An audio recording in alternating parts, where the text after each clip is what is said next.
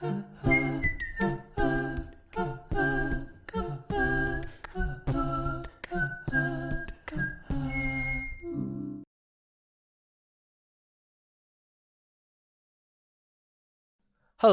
and welcome to the 6th video of the Edinburgh Guide to the PSA. This video will focus on Section 6, Adverse Drug Reactions. As a brief overview, this section assesses your ability to recognise important drug reactions, how to treat them, as well as to identify the most likely causative agents. These questions consist of 4 different types, each appearing twice within the section. The 4 different types of question assess your ability to identify the most likely or most important adverse drug reaction, the most likely drug to be causing an adverse drug reaction, the most likely or most important drug interaction, or the most appropriate management of an adverse drug reaction. Within the PSA, this section is worth 16 marks. There are a total of 8 questions for which you will receive 2 marks for each correct answer. Core content typically assessed in this section includes common adverse effects such as hyponatremia, bleeding, headache, and constipation, drug-to-drug interactions such as antiepileptics and warfarin, and management of important adverse reactions such as anaphylaxis and paracetamol overdose. Hopefully that's given you a bit of overview of this section and helps contextualize this part of the PSA as we go on to our first question. This is a 33-year-old man that presents to A&E having been found collapsed in his home by paramedics. He was surrounded by vomit, various empty bottles and used syringes and has a history of heroin use. On examination in A&E, he is hypothermic, bradycardic, hypotensive and his respiratory rate is dangerously low. He was found to have low oxygen saturations of 83%, pinpoint pupils and absent bowel sounds. His GCS is 11 out of 15. IV access is established in A&E and he is given 15 litres of oxygen through a non-rebreather mask. The question asks you what the most appropriate next step is. Just like in our previous videos, now is the time I encourage you to pause the video to consider your answer. You may use the BNF to assist you.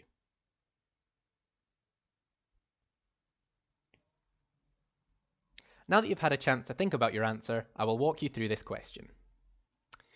The question wants you to recognise the common presentation and systemic effects of an opioid overdose. This patient has presented with pinpoint pupils and a respiratory rate of 6 breaths per minute, which are the most specific signs within his clinical presentation that point towards an acute opioid toxicity. His reduced heart rate and blood pressure, as well as central cyanosis, highlight the cardiovascular changes that occur with an opioid overdose. Hypothermia reflects a low blood circulating volume due to cardiovascular effects, and a lowered GCS reflects the reduced level of consciousness caused by an opioid overdose. His low oxygen saturations also highlight his reduced respiratory drive.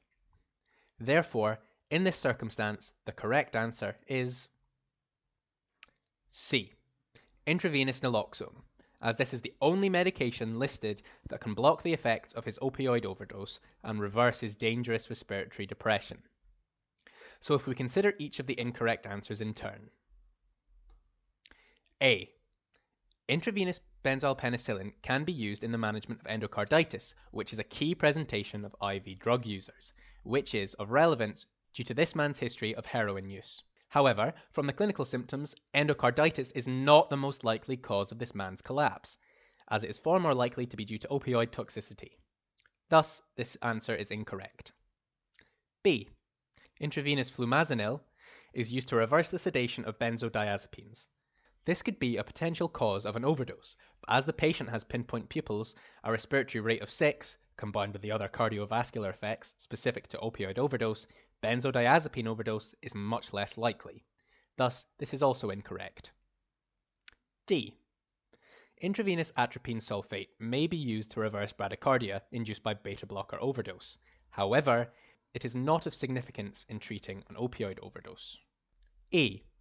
A fluid bolus of sodium chloride could be used to correct dehydration if this man was exhibiting signs of tachycardia, hypertension, and dry mucous membranes. However, these are not features in this man, and additionally would not be the most pressing issue at hand, and is thus an incorrect answer. I hope this question has helped demonstrate the appropriate management of an important adverse drug reaction, and shed some light on potential drugs used in the management of overdoses. On to our second question. Here we have a 63-year-old man who presents to A&E with a 48-hour history of general weakness and shortness of breath. His past medical history includes hypertension, hyperlipidemia, type 2 diabetes, and chronic back pain. He recently started ramipril once daily, and his other medications are listed in the table. On examination, his heart rate is normal at 63 beats per minute with a regular rhythm, and his blood pressure sits at 133/85. His blood tests show hyperkalemia, with his ECG reflecting this by showing a prolonged PR interval and widened QRS complexes. Investigations also show him to have normal renal function, as is indicated by his EGFR, and normal serum creatinine kinase levels. The question goes on to ask, which of the following drugs is the most likely to be interacting with ramipril to cause his hyperkalemia?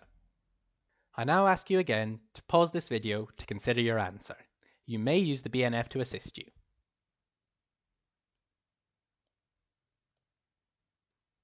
Now that you have considered your answer, I will walk you through this question.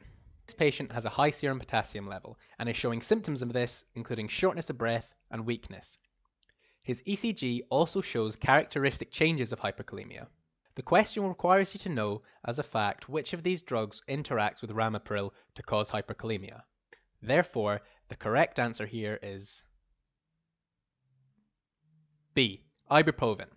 Ibuprofen interacts with ramipril to increase the risk of hyperkalemia. This drug interaction can be found on the BNF when searching ramipril and its interactions. So let's go through the incorrect answers in order. A. Atorvastatin can cause rhabdomyolysis, which in turn can cause hyperkalemia. However, as renal function and creatinine kinase are normal, this is not the correct answer. C. Indapamide interacts with ramipril to increase the risk of hypertension, but not hyperkalemia. Thus, this is also incorrect. D and E, metformin and paracetamol, both have no significant interactions with ramipril and are thus incorrect. Hopefully that has shed some light on an important and commonly tested drug-to-drug interaction. All of the drug-to-drug interactions can be accessed via the BNF. If you follow the link in the Interactions section on each specific drug's page, you will be taken to another page of the BNF that lists possible drug-to-drug interactions of that drug and color codes them according to severity. This is a tip that may make this section of the PSA easier. Now on to our third question. This is a 23-year-old nulliparous woman who presents to her obstetrician asking for guidance on postpartum contraception. She plans to breastfeed and wants to begin contraceptives soon after birth. Her obstetrician recommends insertion of Nexplanon, etonogestrel, subdermal implant 28 days after delivery. From this, the question goes on to ask you to select the most likely adverse effect of the etonogestrel that the patient should be warned about. So, time again for you to pause the video and consider your answer. You may use the BNF to assist you.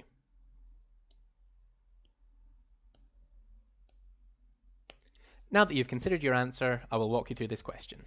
Etonogestrel is an agonist for progesterone receptors. Progesterone acts by thickening the cervical mucus, making it difficult for sperm to pass through to fertilize an egg. It also thins the lining of the uterus, making it harder for an egg to implant itself. An implant containing etonogestrel is a long-acting, effective, and convenient form of contraception, but it can cause numerous side effects. This question, however, requires you to recognize the most common effect to warn her about. This is the common structure of this type of adverse drug reaction question in the PSA. The correct answer here is C. Irregular bleeding. Etonogestrel commonly causes irregular bleeding as a side effect and should be discussed, as it can be very debilitating and is a common reason for women stopping using this contraceptive. So if we consider each incorrect answer in turn. A. Etonogestrel may increase the risk of breast cancer. However, it is not the most common complication. Important to note is that she has no family history of breast cancer, and this is not an estrogen-containing contraceptive. Thus, the risk is even less. Therefore, it is not the best answer for this question. B. etonogestrel does not interfere with lactation, so this answer is incorrect. D. Etonogestrel only uncommonly causes vomiting, thus this answer is incorrect. E. Etonogestrel does not commonly cause stroke, thus this answer is incorrect. Okay, finally on to our fourth and final question. Here we have a 42-year-old man who presents to the medical admissions unit, having been referred by his GP after routine blood monitoring of rheumatoid arthritis. He is asymptomatic. His past medical history includes psoriasis, gastroesophageal reflux disease, and hypertension. His regular medications are listed in the table. His investigations reveal pancytopenia and elevated transaminases. The question asks you to select the prescription that is most likely to be contributing to his abnormal blood results. Once again, now is the time to pause the video to have a think about your answer. You may use the BNF to assist you.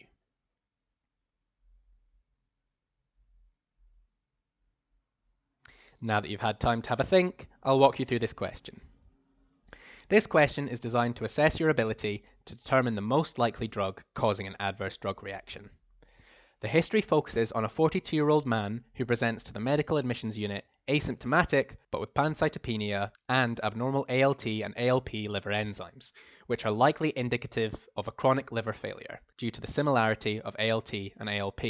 The question then goes on to ask which prescription is most likely contributing to his abnormal blood results. The correct answer to this question is D. Methotrexate, 7 milligrams orally once daily.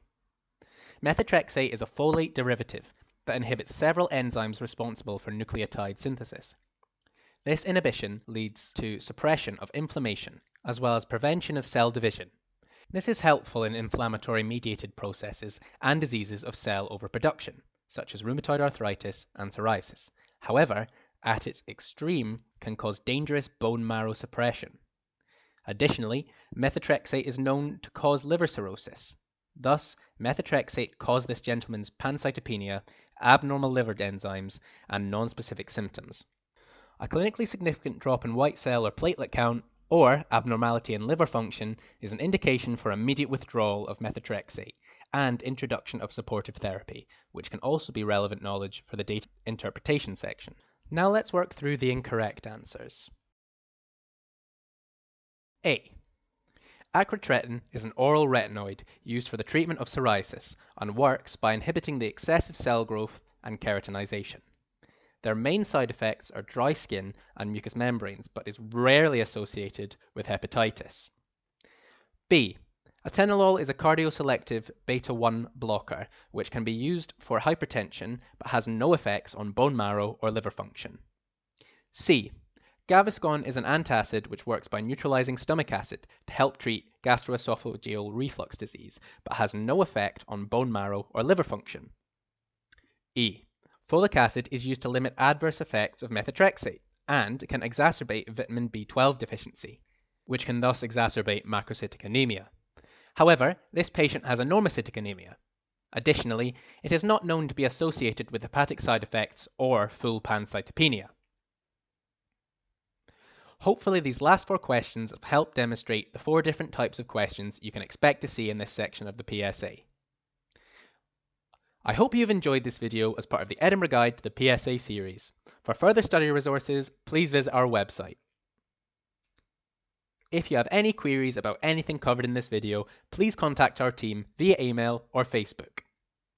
If you have a minute to spare, we would love it if you could complete the feedback form linked in the description below. We look forward to seeing you in our next video. Section 7, Drug Monitoring.